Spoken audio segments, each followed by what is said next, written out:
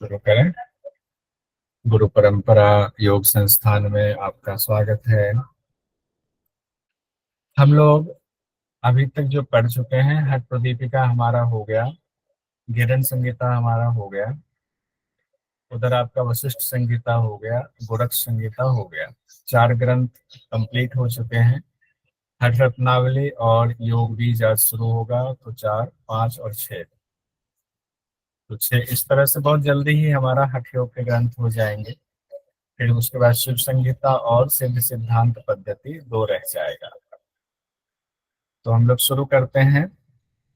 आज जो क्लास होगी हमारी वो होगी हठ रत्नावली की। हठ रत्नावली, देखिए कहीं से भी क्वेश्चन पूछा जाता है तो इस बात को ध्यान में रखा जाता है कि उस शास्त्र में अलग क्या कहा गया है बाकी शास्त्र के मुकाबले। तो हम लोग डिटेल में पढ़ ही रहे हैं और जो अलग से बताया गया है उसको भी हम देखते हैं क्वेश्चन के रूप में, तो दिक्कत नहीं होगी। हठ रत्नावली से भी क्वेश्चन पूछे जाते हैं और हठ रत्नावली के क्वेश्चन बहुत आसान होते हैं कि आप आराम से इसका आंसर दे सकते हैं। सबसे पहले तो बात ये आती है हठ रत्नावली का अर्थ क्या है। तो जैसा कि शब्द से ही है रत्नावली, हठ रत्नावली, योग रूपी रत्नों की माला है ये। लिखने का अपना अपना स्टाइल है, अपना अपना शब्दावली अपनी अपनी है। तो श्रीनिवास भट्ट जी ने जो हठ योग की ये पुस्तक लिखी है उसका नाम दिया है हठ रत्नावली, रत्नों की माला की तरह तुलना की है उन्होंने।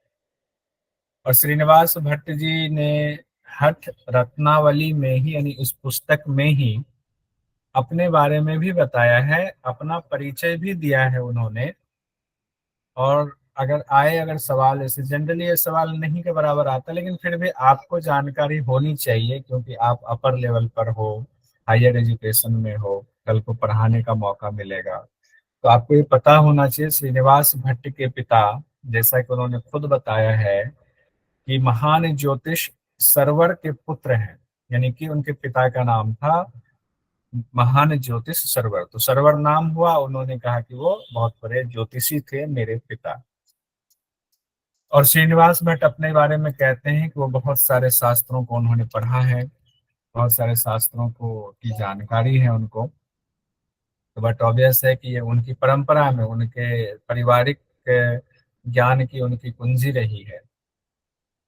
उसके बाद जो पुराने जितने भी ग्रंथ हैं उसके ऊपर बाद के विद्वानों ने रिसर्च किया, उसके काल को जानने की कोशिश की कि कब ये ग्रंथ लिखा गया, जो ग्रंथ अभी चल रहा है, चाहे हठ प्रदीपिका हो, घिरण संहिता हो, शिव संहिता हो या बाकी और ग्रंथ हो।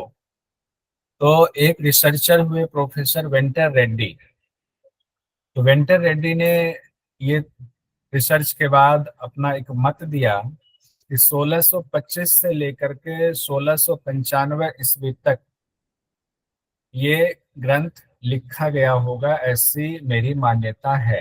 1625 से लेकर के 1695 के बीच का वो मानते हैं कि हठ रत्नावली ग्रंथ है।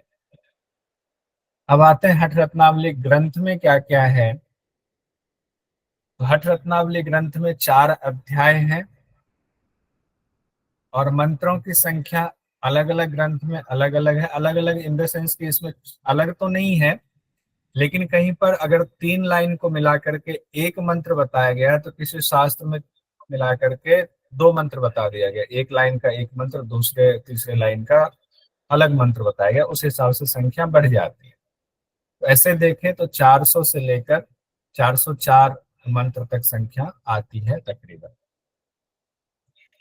404 मंत्र की संख्या केवल धाम वाली पुस्तक में भी दी गई है, पुरानी उनकी इंग्लिश वाली पुस्तक, बहुत अच्छी पुस्तक है। हठ रत्नावली में 4 अध्याय आपको दिए गए हैं। 4 अध्याय में प्रथम अध्याय में जो चर्चा है वो इम्पोर्टेंट है, महायोग की चर्चा की गई है कि महायोग क्या है, उसकी परिभाषा बताई गई है। तो हो सकता है कि वो आपसे पूछ दे या उसकी परिभाषा डायरेक्ट देकर ये पूछ दे कि ये किस ग्रंथ से संबंधित है। वो हम लोग अभी देखेंगे प्रथम अध्याय जब पढ़ेंगे। और उस महायोग के 4 भाग बताए गए हैं, मंत्र योग, लय योग, राजयोग और हठ योग। ये सीक्वेंस भी बहुत मायने रखता है कि किस ग्रंथ में क्या सीक्वेंस बताया गया है और क्यों बताया गया है। रखने का तरीका होता है अपना अपना, जरूरी नहीं है कि मंत्रियोग ही पहले होगा, लययोग ही पहले होगा, राजयोग ही पहले होगा। बताने का हर लेखक का अपना स्टाइल होता है। जैसे कि पातंजल योग दर्शन में समाधि को पहला पाद बता दिया गया, जबकि समाधि तो बाद में आएगी। लेकिन उन्होंने उनके बताने का स्टाइल ये है कि समाधि की का परिचय पहले दे रहे हैं, फिर साधन बता रहे हैं, फिर उसका विभूति बता रहे हैं, फिर कैवल्य की चर्चा है। उसी तरीके से यहाँ मंत्र योग, लय योग, राजयोग और हठ योग बताया गया है। राजयोग पहले बता दिया गया है, हठ योग उसके बाद बताया गया है, उसका भी रीजन बताया गया है बताने का। पहले अध्याय में ही आपको 8 प्रकार की शुद्धि क्रियाओं, जो हम लोग षटकर्म पढ़ते आए हैं हठ प्रदीपिका घिरण संहिता में, वो हठ रत्नावली में षटकर्म की जगह पर अष्टकर्म की चर्चा है। यहाँ से क्वेश्चन बनता है, ध्यान रखें, अष्टकर्म की चर्चा है। तो अष्टकर्म जो है, इससे क्वेश्चन इसलिए ही बनता है क्योंकि हर जगह षटकर्म है, या अष्टकर्म। तो दो कौन से ऐसे हैं जो अलग है? तो एक आपको चक्री अलग होता है, गजकर्णी जो है इसको थोड़ा अलग कहा गया है। जब हम लोग डिटेल में अभी आएंगे तो बाकी चीज और देखें। साथ ही प्रथम अध्याय में ही, प्रथम उपदेश में ही योग के लिए जो स्थान कैसा होना चाहिए, मिताहार क्या है, पथ्य और अपथ्य की चर्चा की गई है, बाधक और साधक तत्व की भी चर्चा की गई है। तो ये ग्रंथ में ज्यादातर चीजें हठ प्रदीपिका से मिलती जुलती हैं, लेकिन कुछ चीजें हठ प्रदीपिका से नहीं भी मिल रही हैं। जो नहीं मिल रही है, ध्यान रखिए, वो आपके क्वेश्चन तो बन ही जाता है। जो मिल रही है वो तो आप पता कर लेंगे, जो नहीं मिल रही है उसको पता करना ज्यादा जरूरी है, तो उसको नोट्स में जरूर रखिए। द्वितीय उपदेश में कहा गया है कि 10 मुद्राओं का जिक्र है, वही 10 मुद्रा जो हठ प्रदीपिका में आपके हैं। महामुद्रा, महाबंध, महावेद, उद्यान, मूलबंध, जालंधर बंध, विपरीत करी, वज्रोली, शक्ति चालनी, खींचड़ी। बस सिक्वेंस थोड़ा सा अलग दिया हुआ है, खींचड़ी को सबसे लास्ट में दिया हुआ है। उसमें हर प्रदीपिका में सीक्वेंस थोड़ा अलग है, लेकिन यही 10 मुद्रा है पूरा का पूरा। उसके बाद कुंभक की चर्चा द्वितीय अध्याय में ही है, मुद्रा के साथ ही कुंभक की चर्चा की गई हठ रत्नावली में। और कुंभक 9 कुंभक बताए गए। तो यहाँ भी एक कुंभक हठ प्रदीपिका से या बाकी ग्रंथ से अलग है, तो 9 कुंभक बताए गए हैं। तो नवा कुंभक जो है वो आपके एग्जाम के लिए महत्वपूर्ण हो जाता है, और कई बार पूछा भी गया है। 9वें कुंभक की चर्चा किस हठ ग्रंथ में है? तो हठ रत्नावली में है। भुजंग करनी है, आगे हम लोग उसको पढ़ेंगे अच्छे से। उसके साथ ही 3 प्रमुख नाड़ी, इरा, पिंगला और सुषुम्ना के कई और नाम बताए गए हैं, वो भी आपको मुद्रा और प्राणायाम के चैप्टर में ही, यानी द्वितीय अध्याय में ही दिया गया है। तृतीय अध्याय आपका है, उसके अंतर्गत आता है 10 कायिक नियम, 10 मानसिक नियम भी बताए गए हैं, 84 आसन बताए गए हैं। आसन से संबंधित सवाल आता है तो ये बहुत आसान है, इसका आप दिमाग में ट्रिक बिठा लेंगे तो 84 आसन में से कोई आसन आएगा तो आपको पता चल जाएगा कि इस ग्रंथ का यह आसन है, हठ रत्नावली का ही है। ये पता लगाना बहुत आसान है। और हठ रत्नावली में एक एक आसन के कई कई प्रकार बताए गए हैं, जो हम लोग व्यवहार में करते हैं ना, तो उसके और भी प्रकार बताए गए हैं। जैसे पद्मासन के 4 प्रकार बताए गए, मयूरासन के 6 प्रकार बताए गए। तो यहाँ से भी क्वेश्चन बन सकता है, पद्मासन के 4 प्रकार किस हठ ग्रंथ में बताए गए हैं, मयूरासन के 6 प्रकार किस हठ ग्रंथ में बताए गए हैं। या ऐसे पूछा जा सकता है, हठ रत्नावली में मयूरासन के कितने प्रकार बताए गए, कुक्कुटासन के कितने प्रकार बताए गए। उसके बाद 84 जो आसन है उसमें से 10 आसनों को मुख्य बताया गया है, और 10 में से 4 आसन को अधिक महत्वपूर्ण बताया गया है। उसके बाद अंतिम उपदेश आपका आता है, चतुर्थ उपदेश हठ रत्नावली का, जिसमें समाधि की चर्चा है, नाद की चर्चा है। नाद के जो 4 अवस्था हैं, आरंभावस्था, घटावस्था, परिचय अवस्था और निष्पत्ति अवस्था, इसकी चर्चा है। 14 मुख्य नाड़ियां बताई गई हैं। कीड़ा पिंगला सुषुम्ना की चर्चा तो पहले भी आई है, लेकिन इसमें 14 मुख्य नाड़ी और बताई गई। तो यहाँ तक जो एक दो चीजें और रिकॉल करने के लिए जो आपको स्ट्राइक करे, पिन करे, वो ये, हठ रत्नावली में कितनी शुद्धि क्रियाओं की चर्चा है? तो 8 शुद्धि क्रिया है। 6 नहीं है, 8 है, 6 नहीं है, 8 है। चक्री और गजकर्णी ये दो क्रिया अलग है, जो कि हठ प्रदीपिका या घेरन संहिता में नहीं है, षटकर्म से अलग है। यहाँ अष्टकर्म की बात, अष्टकर्म। तो आपसे एग्जाम में से भी पूछा जा सकता है, अष्टकर्म किस हठ ग्रंथ में बताया गया है, या हठ रत्नावली में कितने कर्म की चर्चा है। उसके साथ ही यहाँ एक और नाम आया हुआ था, मस्तक भ्रांति, वो भी आया हुआ था, और एक था कुंभक, तो 9 कुंभक की चर्चा है। तो मोटा मोटा परिचय हम लोगों ने शॉर्ट में देख लिया। अब हम सीधे आते हैं प्रथम अध्याय पे, हठ रत्नावली पे। इसमें बहुत ज्यादा हम नहीं आएंगे, बहुत ज्यादा परेशान नहीं होंगे, जितना हमने हठ प्रदीपिका को पढ़ा डिटेल में, जितना घेरन संहिता को हमने डिटेल में पढ़ा, उतना डिटेल इसमें नहीं पढ़ेंगे, क्योंकि हठ प्रदीपिका आपने पढ़ ही लिया है, जो इम्पोर्टेंट है वो देखना। फिर भी हमने कोशिश की है इम्पोर्टेंट मंत्र वगैरह रख देने की। सबसे पहला जो मंत्र है, प्रथम अध्याय से शुरू करते हैं हठ रत्नावली के, उसमें कहते हैं श्री आदिनाथम नत्वा अथ श्री निवासो महामति हठ रत्नावली दत्ते योगिनाम कंठ भूषिताम। तो श्रीनिवास भट्ट जी अपना नाम यहाँ दे रहे हैं और आदिनाथ जी की चर्चा कर रहे हैं कि श्रीनिवास भट्ट अपना नाम यहाँ कह रहे हैं, और पहले ही श्लोक में वो ये बता दे रहे हैं कि आदिनाथ के सामने मैं नतमस्तक होता हूँ। शुरुआत कर रहे हैं तो हठयोग का ज्ञान तो भगवान शिव ने दिया, उन्हीं का दूसरा नाम आदिनाथ है। तो उनको नतमस्तक करते हुए कह रहे हैं कि मैं अब इस हठ ग्रंथ को लिखना शुरू करता हूँ, जो कि योगियों के लिए कंठभूषिताम है, योगियों के लिए कंठहार के समान है। तो नाम ही तो उन्होंने हठ रत्नावली रखा है।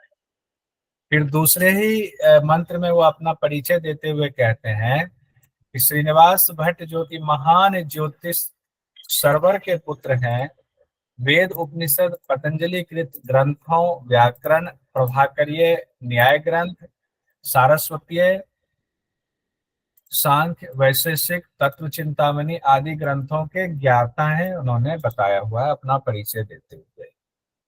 हठ विद्या को मत्स्येंद्र नाथ और गोरखनाथ ने जाना है, उसी को स्वात्माराम और श्रीनिवास भट्ट ने भी जाना। ये खुद श्रीनिवास भट्ट जी लिखते हैं कि जो हठ विद्या का अभ्यास मत्स्येंद्र नाथ जी ने जाना, गोरखनाथ जी ने जाना, जो गुरु हैं, उसी अभ्यास को स्वात्माराम जी और श्रीनिवास जी यानी कि मैं, वो अपने बारे में कह रहे हैं हमने भी जाना है। अब सवाल है कि हठ रत्नावली लिखने की जरूरत क्यों पड़ी। तो वो खुद कहते हैं कि मुझे इसलिए हठ रत्नावली लिखने की जरूरत पड़ी कि जो योगी जन भ्रम में पड़े हुए थे और राजयोग को नहीं जान पाए, भ्रम की वजह से वो रास्ता भटक गए, तो उनको राजयोग की प्राप्ति हो, तो राजयोग की प्राप्ति हठयोग के जरिए ही हो सकता है। इसीलिए हठयोग का उपदेश देना जरूरी है। तो राजयोग तो हो गया लक्ष्य, हठयोग हो गया उसकी प्राप्ति का साधन। एक साध्य हुआ, एक साधन हुआ। तो साध्य और साधन दोनों एक दूसरे पर डिपेंडेंट होते हैं। रास्ता नहीं है तो लक्ष्य का कोई महत्व नहीं है, लक्ष्य नहीं है तो रास्ते का कोई महत्व नहीं है। तो कहते हैं कि जो योगी लोग भटक गए अपने रास्ते से, उनको रास्ता दिखाने के लिए, राजयोग की प्राप्ति कराने के लिए हठयोग का उपदेश किया जा रहा है। तो हठयोग के उपदेश में ये बताया गया है कि योग क्या है, इसकी जिज्ञासा भी शांत होनी चाहिए। उस जिज्ञासा को शांत करने के लिए मैं इस ग्रंथ को लिख रहा हूं, ऐसा कह रहे हैं। कौन कह रहे हैं? श्रीनिवास भट्ट जी। श्रीनिवास भट्ट जी। श्रीनिवास भट्ट। हाँ, क्योंकि ना कई बार बहुत आसान क्वेश्चन दे दिया जाता है। कैसे? आपको मैच करने के लिए दे दिया जाए ग्रंथ के नाम और इधर लिखने वाले लेखक के नाम आपको दिया जाएगा। कई बार बहुत छोटा छोटा क्वेश्चन भी पूछा जाता है, जो हम लगता है कि हमें ये तो शायद नहीं पूछा जाएगा। अब आते हैं इसका प्रतिपादन जो किया गया है। तो श्रीनिवास भट्ट जी कहते हैं कि कुछ विद्वानों का मत है कि योग विद्या प्राण और अपान। देखिएगा यहाँ पर वो बता रहे हैं कि योग क्या है। तो कुछ विद्वान जो पहले से कह रहे हैं, उनकी बात उन्होंने पहले रखी है, फिर अपनी बात उन्होंने रखी है। इन्होंने रेफरेंस दिया हुआ है, कई रेफरेंसेस का इस्तेमाल इन्होंने किया हुआ है। तो कहते हैं कुछ विद्वान कहते हैं, तो विद्वान जो कहते हैं, दो बात की चर्चा है कि योग विद्या जो है प्राण और अपान, जीवात्मा और परमात्मा का मिलन है, संयोग है। और कहते हैं कुछ लोग कहते हैं कि यह योग विद्या सिर्फ योग के लिए है, मतलब इसका तो कोई अर्थ समझ में नहीं आ रहा है। तो योग विद्या सिर्फ योग के लिए है, या हो सकता है कहना चाह रहे हो कि आम जीवन से इसका कोई लेना देना नहीं, लेकिन उन्होंने यही लाइन लिखा है। कई लोगों का ये मत है। उसके बाद वो खुद कहते हैं, महायोग की बात करते हैं कि महायोग क्या है, आइए सीधे महायोग पर आते हैं। और उन्होंने मंत्र में कहा, ये मंत्र इंपॉर्टेंट है, इस मंत्र को ध्यान से आप नोट कर लीजिएगा। हमने इंपॉर्टेंट यहाँ लिख भी दिया हुआ है। चित्त वृत्ति निरोध वस्तु महायोग प्रकीर्तितः, योगश्चतुर्विधः प्रोक्तो योग योगज्ञे सर्व सिद्धिदः। तो ये जो लाइन, पहली लाइन है, ये बहुत महत्वपूर्ण लाइन है कि चित्त वृत्ति निरोध वस्तु महायोग प्रकृतितः, चित्त की वृत्तियों का निरोध ही योग है, उसको यहाँ महायोग कहा गया है। और इसी को उसमें पातंजल योग दर्शन में लिखने का स्टाइल अलग था और हठ रत्नावली में लिखने का स्टाइल अलग है। तो ये आपको आ सकता है, तो आप कहीं नोट भी कर लीजिएगा। चित्त की वृत्ति का निरोध योग कहा गया, महर्षि पतंजलि ने कहा है। और श्रीनिवास भट्ट जी कहते हैं चित्त की वृत्ति का निरोध महायोग है, मतलब उस योग की महत्ता बताने के लिए उन्होंने उसका नाम महायोग कहा है। तो चित्त की वृत्तियों का निरोध ही महायोग है। ये भी एक अलग सी लाइन है जो बाकी ग्रंथों में आपको जनरली नहीं मिलती है, जो नहीं मिलती वो एग्जाम की दृष्टि से महत्वपूर्ण होता है। विमला जी 17 क्या है, 17? वो श्लोक नंबर पूछ रही थी श्वेता जी, तो मैंने लिख दिया। अच्छा अच्छा, बहुत सुंदर। उसके बाद आते हैं, योगियों ने सिद्धि की प्राप्ति के लिए इसी महायोग को 4 भाग में बांटा है। अब आपको एकदम आसानी से समझ में आ जाएगा कि ये जो महायोग, जो चित्त की वृत्तियों का योग है, चित्त की वृत्तियों का निरोध जिसको महायोग कहा गया है, वो आखिर क्या है। उस महायोग को समझाने के लिए कहा गया है कि मंत्र योग, लय योग, राजयोग, हठ योग ही महायोग है। इसके द्वारा ही आप महायोग की प्राप्ति कर सकते हैं। तो महायोग के जो है ये 4 भाग आप कह सकते हैं इसको। ये मोक्ष प्राप्ति का साधन है, मंत्र योग, लय योग, राजयोग और हठ योग। तो इसमें राजयोग पहले दिया गया है, हठ योग बाद में दिया गया। ये सीक्वेंस आपको याद रखना है, हो सकता है कई बार एग्जाम में पूछ ले। अब हम लोग एक एक करके मंत्र योग, लय योग, राजयोग और हठ योग को देखते हैं। तो मंत्र योग के बारे में 2 मत दिया गया है, एक 9वें मंत्र में, एक 20वें मंत्र में दिया गया है। तो 20वां वाला हमने उठा करके यहीं पर रख दिया है कि एक साथ आप पढ़ लेंगे तो ज्यादा क्लिक करेगा माइंड पे। मंत्र योग के बारे में 2 परिभाषा, एक तो मतांतर का, मतांतर, मतांतर की स्पेलिंग गलत है, एक तो मतांतर, एक जो मुख्य उन्होंने बताया था। तो उन्होंने जो बताया हुआ है श्रीनिवास भट्ट जी ने, वो कहते हैं अंगेशु मंत्रम विन्यस्य पूर्व मंत्रम जपन सुधि येन केनापि सिद्ध स्यात् मंत्र योगः स उच्यते। मतलब क्या है, अर्थ क्या है इसका कि अंगेशु मंत्रम विन्यस्य, आप देखते हैं ना पूजा पाठ अपने यहाँ होता है, तो पंडित जी क्या करते हैं कि विन्यास करते हैं।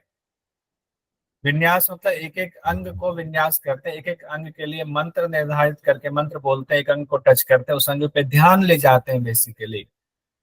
तो विन्यास करना उस अंग के लिए, कहते हैं कि एक एक अंग के लिए मंत्र को निर्धारित कर दीजिए, अलग अलग अंगों के लिए मंत्र निर्धारित हो गया और शुद्धि साधक जो है उस मंत्र का जाप करते हैं।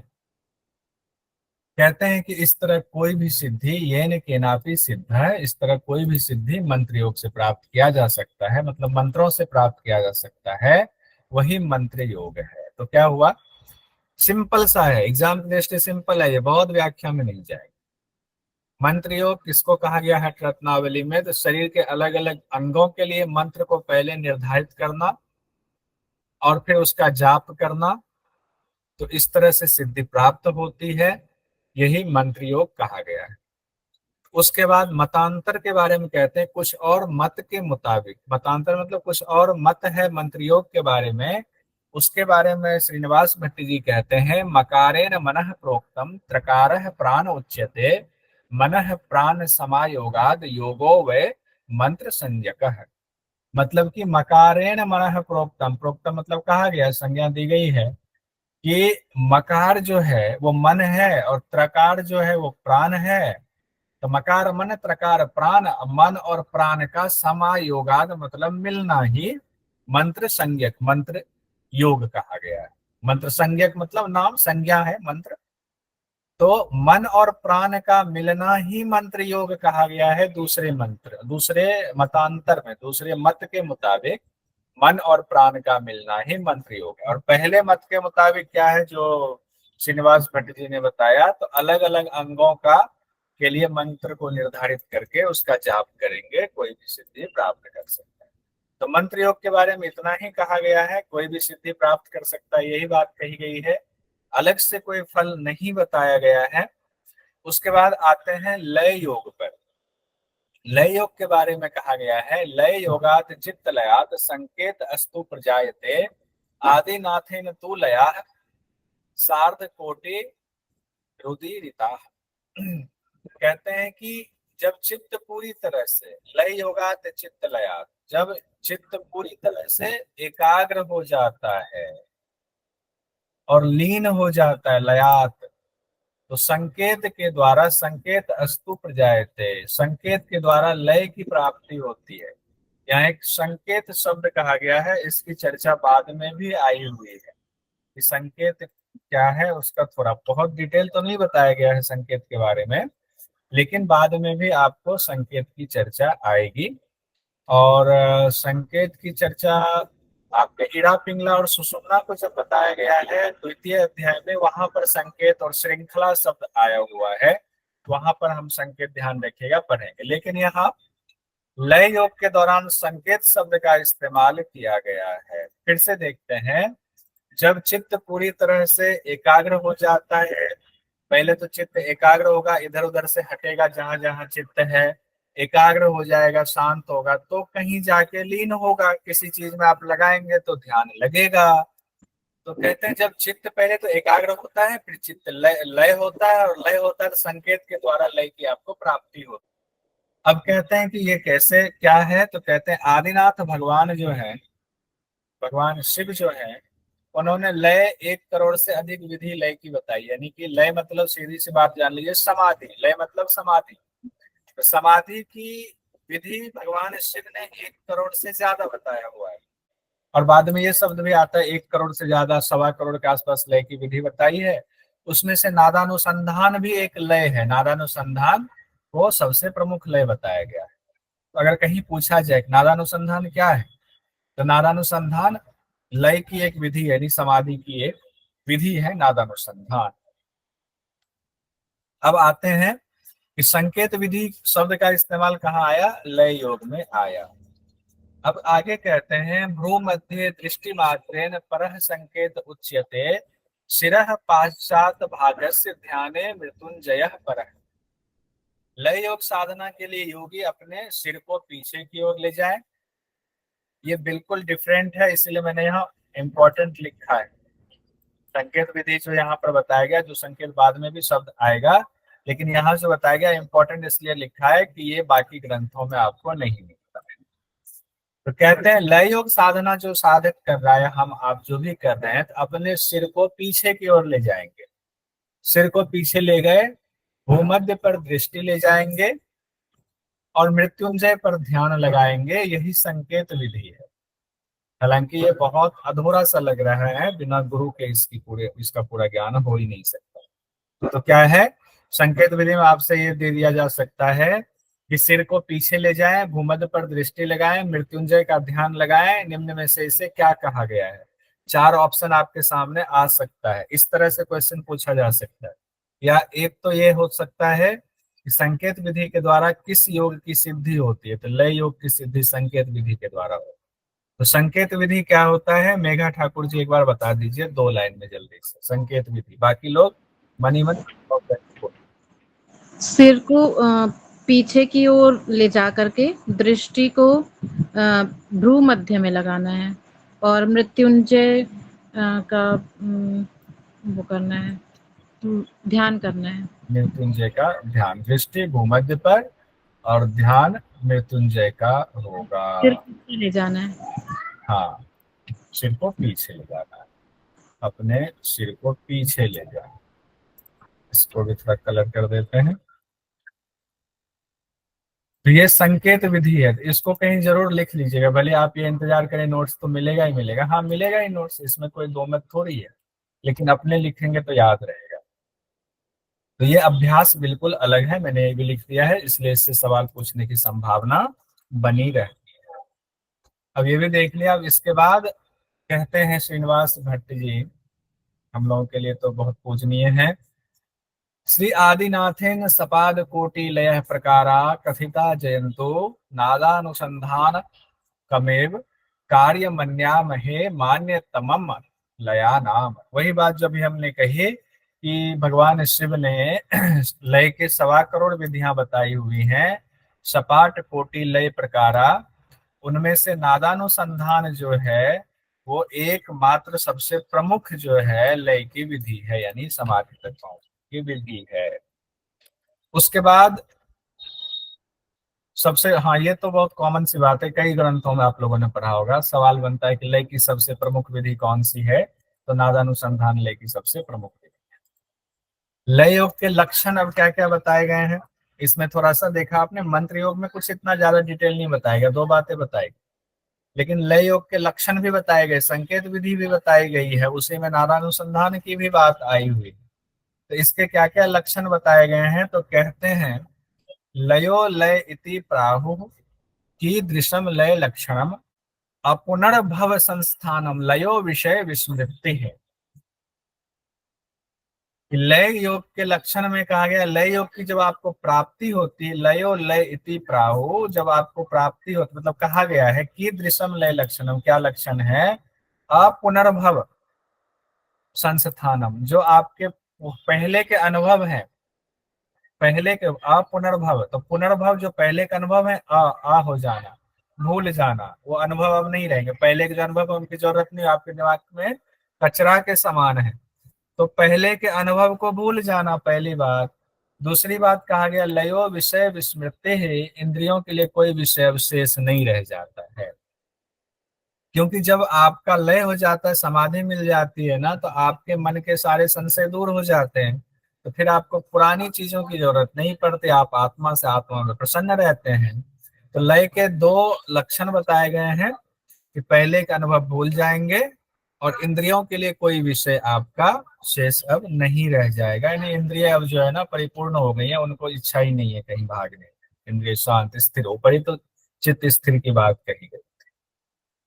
तीसरे नंबर पर राजयोग की बात आई है। अब इसी में आपको ये भी समझना है कि राजयोग को तीसरे पर रख करके चौथे पर हठ योग को क्यों रख दिया गया। तो उन्होंने एक स्टाइल बताया है याद करने का, बताने का, महत्ता राजयोग की भी हठ योग की भी। तो पहले उन्होंने साध्य को रख दिया, फिर उसके बाद साधन को रखा है। तो राजयोग कहते ना दृष्टि लक्षानी, न चित्त भंगो, न देश कालो, न च वायुरोध, ना धारणा ध्यान परिश्रमो वा समेध माने सती राजयोगे। ऊपर आपने जहां से पढ़ा ना वहां से जुड़ रहा है, लिंक एक दूसरे की पूंछ जुड़ रही है। ऊपर आपने पढ़ा, पूर्व के अनुभव को भूल जाता है और इंद्रियों के लिए कोई विशेष शेष नहीं रह जाता है, ये लय योग में पढ़ा उसके लक्षण। उससे आगे की अवस्था राजयोग में आते हैं, क्योंकि समाधि तो एक ही बार में मोक्ष नहीं मिलेगा, तो समाधि तो धीरे धीरे मिलती है। कितना अच्छा पातंजलि योग दर्शन में कहा गया है।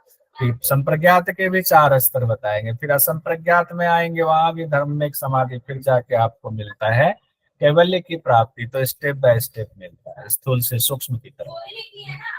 तो जो लय योग में जहां छोड़ा राजयोग, उसके आगे से शुरुआत कर रहे हैं कि राजयोग की स्थिति में कहते हैं क्या होता है, दृष्टि लक्षानी आंख, यानी दृष्टि के लिए कोई लक्ष्य नहीं रह जाता है, और चित्त भंगो, चित्त भंग होने का सवाल ही नहीं उठता है, क्योंकि चित्त तो एकाग्र हुआ पड़ा है, वो और स्थिरता उसमें आती है। देश काल का बंधन भी आपके लिए नहीं रह जाता है। जब तक आप प्राणायाम वगैरह करते हैं तो देश और काल का ध्यान रखना होता है, तो देश काल का भी कोई बंधन नहीं रह जाता है। ना च वायुरोध है, प्राणायाम आप कर रहे होते हैं पहले वायुरोध के लिए, पूरक कुंभक और रेचक को कंट्रोल करने के लिए, लेकिन अब राजयोग की स्थिति में आपको प्राणायाम यानी वायु निरोध की भी जरूरत नहीं होती, क्योंकि ये सब हो चुका। आप पहली कक्षा में क ख ग घ पढ़ चुके, तो दोबारा पढ़ेंगे क्या? उसकी जरूरत नहीं है। कहा गया there is no need to control the breath, वायु के बारे में। उसके बाद कहते हैं ना धारणा ध्यान परिश्रमो, धारणा ध्यान समाधि के लिए, धारणा ध्यान के लिए, समाधि नहीं कहा गया, धारणा ध्यान के लिए अभी आज तक आपको कोशिश पर करनी पड़ रही है। अभी भी अगर आपको कहेंगे धारणा लगाएं, ध्यान लगाएं आप यहाँ पर, तो अभी भी ध्यान कहीं और जाना शुरू होगा। आंख बंद कर कहते हैं श्वास पे ध्यान ले जाओ, तो कहीं और जाता है। कोशिश करनी पड़ती है, आपको भी करनी पड़ती है, जो आपको करा रहे हैं उनको भी कोशिश करनी पड़ती है। लेकिन राजयोग में कहते हैं धारणा ध्यान के लिए परिश्रम की जरूरत ही नहीं होती है, यानी कि वो तो उपलब्ध ही है, जो उपलब्ध है उसको प्राप्त करने के लिए आप कोशिश करोगे नहीं करोगे। यही समाधि है जो राजयोग के समान है। तो राजयोग समाधि क्या है उसकी चर्चा पहले कर दी गई है। वह समेध माने सती राजयोग, तो राजयोग ही समाधि है। उसके बाद कहते हैं ना जागरो नास्ते सुसुप्ति भावो, ना जीवितम ना मरणम ना चित्तम अहम ममत्वाद पहाय सर्वे श्री राजयोग स्थिर चेतना नाम। कहते हैं चित्त ना जागृत रहता है, ना जागरो नास्ति, सुसुप्ति भावो, ना सुसुप्ति अवस्था में रहता है, ना जीवितम ना जीवित रहता है, ना मरणम ना चित्तम, यानी चित्त की जो अवस्था ऐसी हो जाती है कि ना वो जगा हुआ है, ना मरा हुआ है, ना सुसुप्ति की अवस्था में है, ना अब जागृत अवस्था में है। चित्त बिल्कुल स्थिर हो गया तो कोई अवस्था उसकी होगी। चित्त जब एक्शन में होगा तो उसकी अवस्था आप कह सकते हैं। चित्त जब एक्शन में नहीं है तो उसकी कोई अवस्था नहीं कही गई है। अहंकार की भावना, अहम अहम का जो अहंकार है हमारे अंदर, उस भावना का भी नाश हो जाता है। श्री राजयोग स्थिर चेतना नाम, क्योंकि राजयोग की वजह से चित्त जो है वो स्थिर हो जाता है, इसीलिए ये स्थिति हमारी आती है। अहंकार का भाव खत्म हो गया तब तो आप सोचो कि आप जो है त्रिगुणात्मक स्थिति जो है ना वो लीन वाली स्थिति तक पहुंच गए, क्योंकि पहले आपके महद तत्व आया, महद से अहंकार आया, अब तो अहंकार पर भी आपने विजय प्राप्त कर लिया है, तो आप वहां तक पहुंच गए हो। उसके बाद कहते हैं राजयोगम, यहाँ विशेषता बता रहे हैं, महत्व और बता रहे हैं। राजयोगम बिना पृथ्वी, राजयोगम बिना निशा, राजयोगम बिना मुद्रा, विचित्रापि ना राजते। अब यहाँ जो पृथ्वी निशा और मुद्रा ये सब बातें कही गई है, ये पृथ्वी निशा, ये शब्द पृथ्वी निशा मतलब रात्रि होता है, तो उसके लिए ना कह के यहाँ पृथ्वी निशा मुद्रा शब्द का इस्तेमाल किया गया। पृथ्वी को आसन कहा गया है, निशा को प्राणायाम कहा गया है, और मुद्रा को मुद्रा ही कहा गया। जो मुद्रा आप कहते हैं, ये जो अलग अलग आप विचित्र विचित्र चीजें करते हैं आप हठयोग के अभ्यास में, ये सब क्या है, हठयोग के अंग हैं।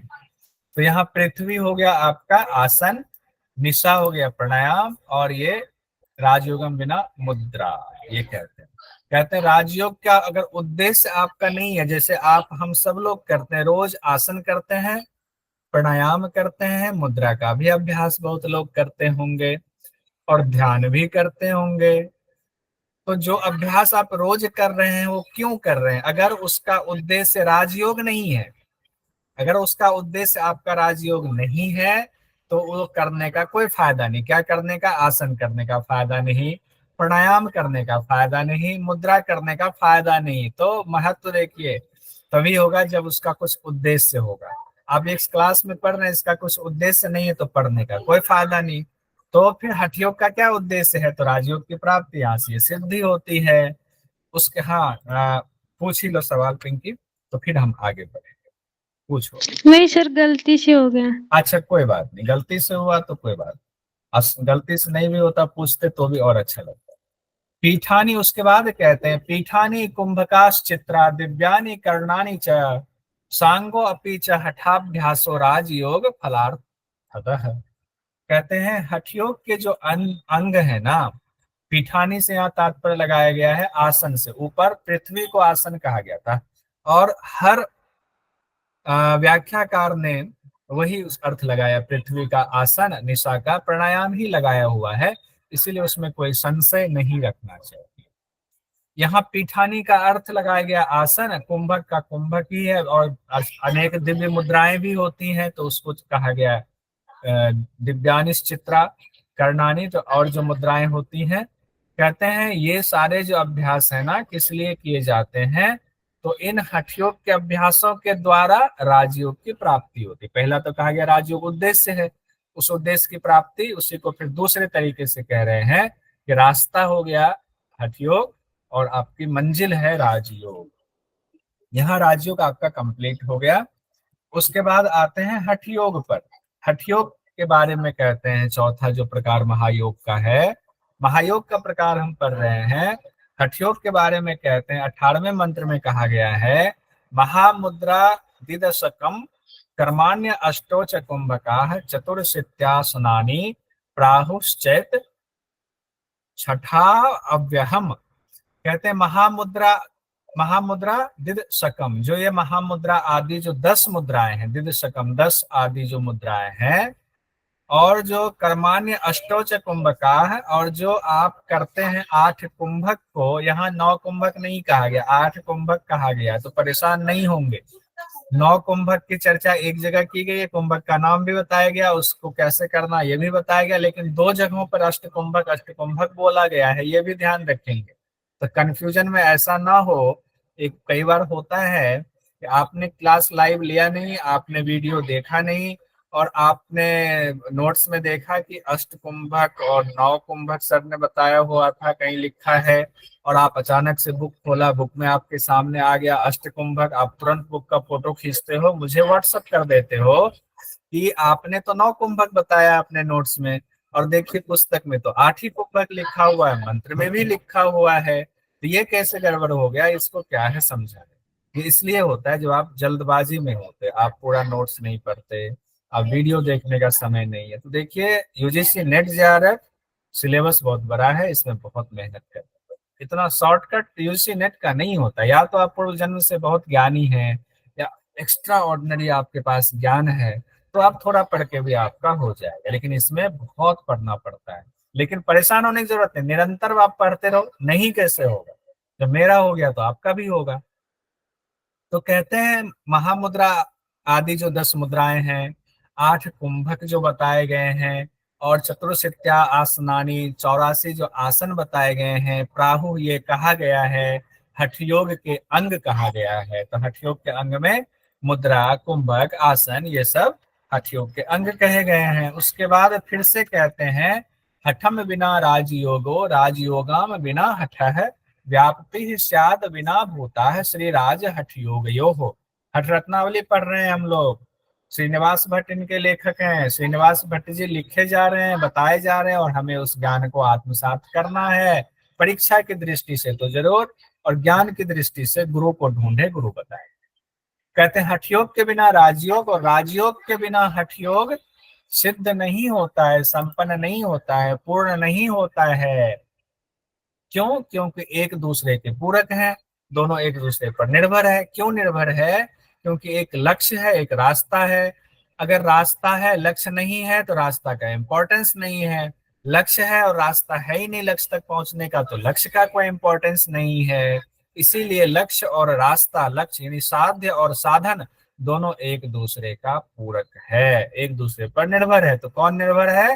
राजयोग हठ योग पर निर्भर है, हठ योग राजयोग पर निर्भर है। पिंकी जी बताइए, राजयोग लक्ष्य है या साधन है? सर राजयोग लक्ष्य साधन है लक्ष्य और राजयोग हठयोग लक्ष्य है, साधन है। बिल्कुल लक्ष्य पिंकी, है, बहुत हठ बढ़िया। योग साधन है। हठ योग साधन है। देव जी, ठीक है, देव जी भी बोलिए। लक्ष्य, हाँ, लक्ष्य है राजयोग, और उस लक्ष्य की प्राप्ति का रास्ता, तरीका है हठ योग।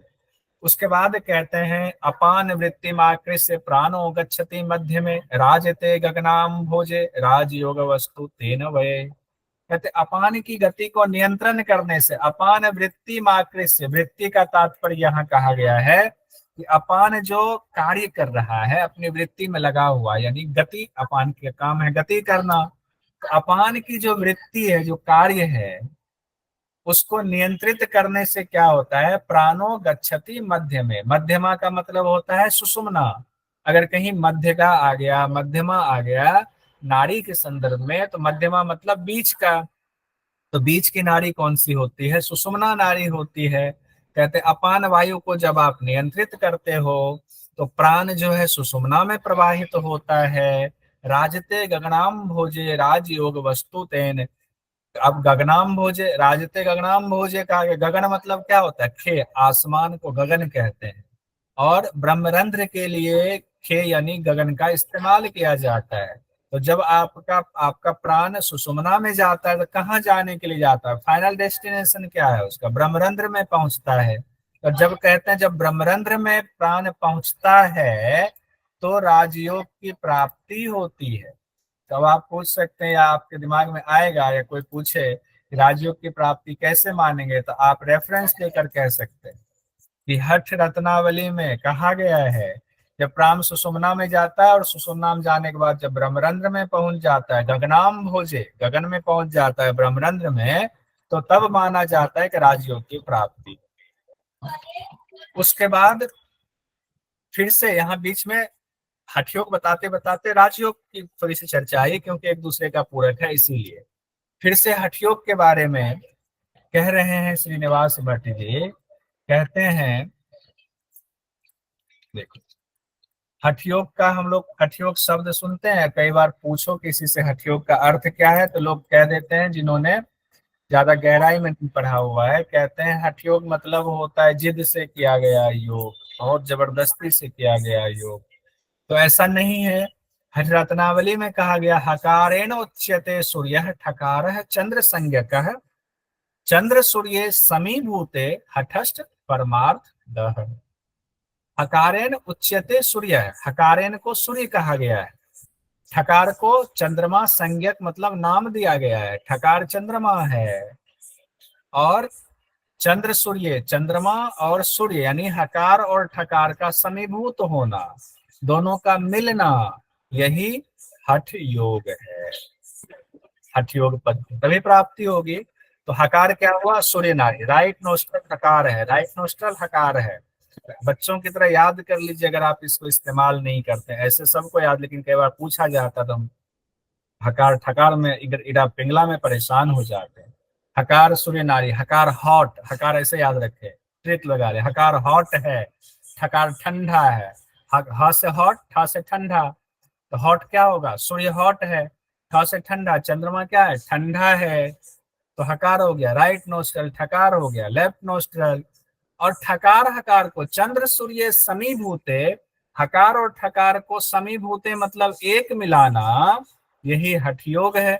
तो एक मिलाने का मतलब क्या है, संतुलन बनाना। अब इसकी व्याख्या में जाएंगे तो फिर बहुत लंबा फंसेंगे कि एक तो आपको दिमाग को जो है बहुत परेशान करता है, एक जो है थोड़ा ठंडा करता है, गुस्सा आता है तो राइट नोस्ट्रल चलने लगता है, दोनों को बैलेंस करते हैं, योगा का मानसिक संतुलन भी बना रहता है। यूनिट 9 में पढ़ेंगे प्राणायाम के द्वारा क्या होता है, कौन सा नर्वस सिस्टम कंट्रोल में आता है, ये कहीं पर क्वेश्चन मार्क करके लिख लीजिएगा, तो यूनिट 9 में हम लोग पढ़ेंगे।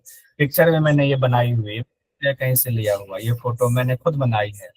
तो इसमें हा और ठा का हमने राइट और लेफ्ट नोस्ट्रल का दिखाया है, हकार ठकार दोनों को बैलेंस करना ही हठ योग है, यानी चंद्र सूर्य का समीभूत होना ही हठ योग है।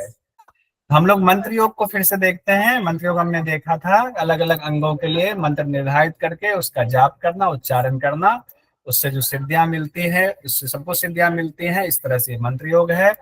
दूसरे मत में कहा गया मतांतरे मन और प्राण को मिलाना ही मंत्र योग है। उसका दूसरा हम लोगों ने पढ़ा लय योग, जब चित्त पूर्ण रूप से पहले स्थिर हो जाता है, स्थिर होने के बाद वो लीन होता है, तो संकेत के द्वारा लय की प्राप्ति होती है।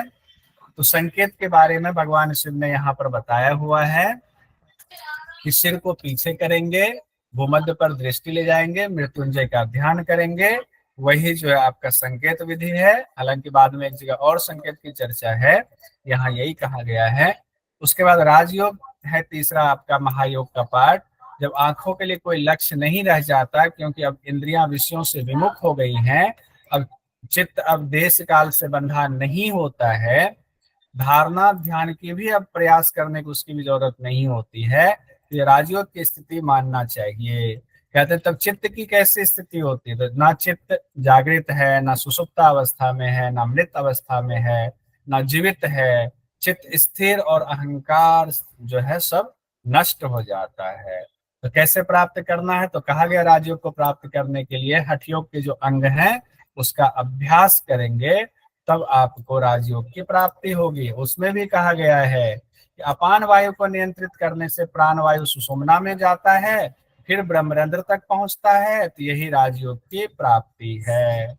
और साथ में ये भी कहा गया हठयोग के बिना राजयोग, राजयोग के बिना हठयोग की सिद्धि नहीं होती है।